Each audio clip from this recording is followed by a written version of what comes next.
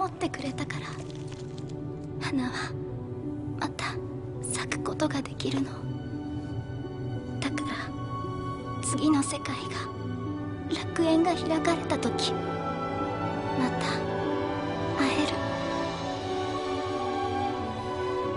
これはずっと牙を待ってる。ちゃんと見つけて。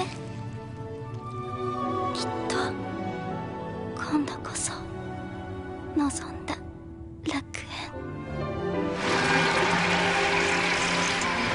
ゼータ！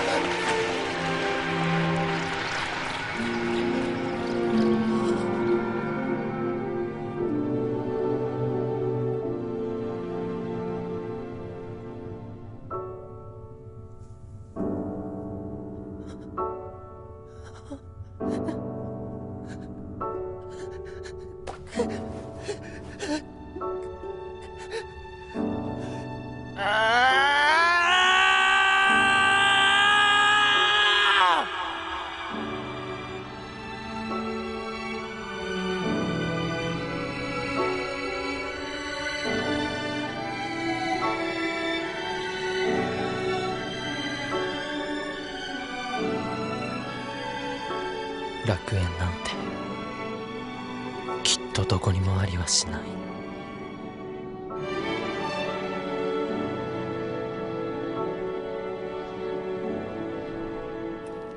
この世の果てには何もないんだ。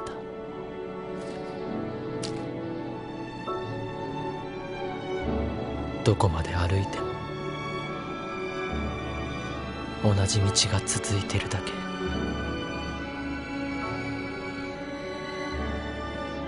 それなのに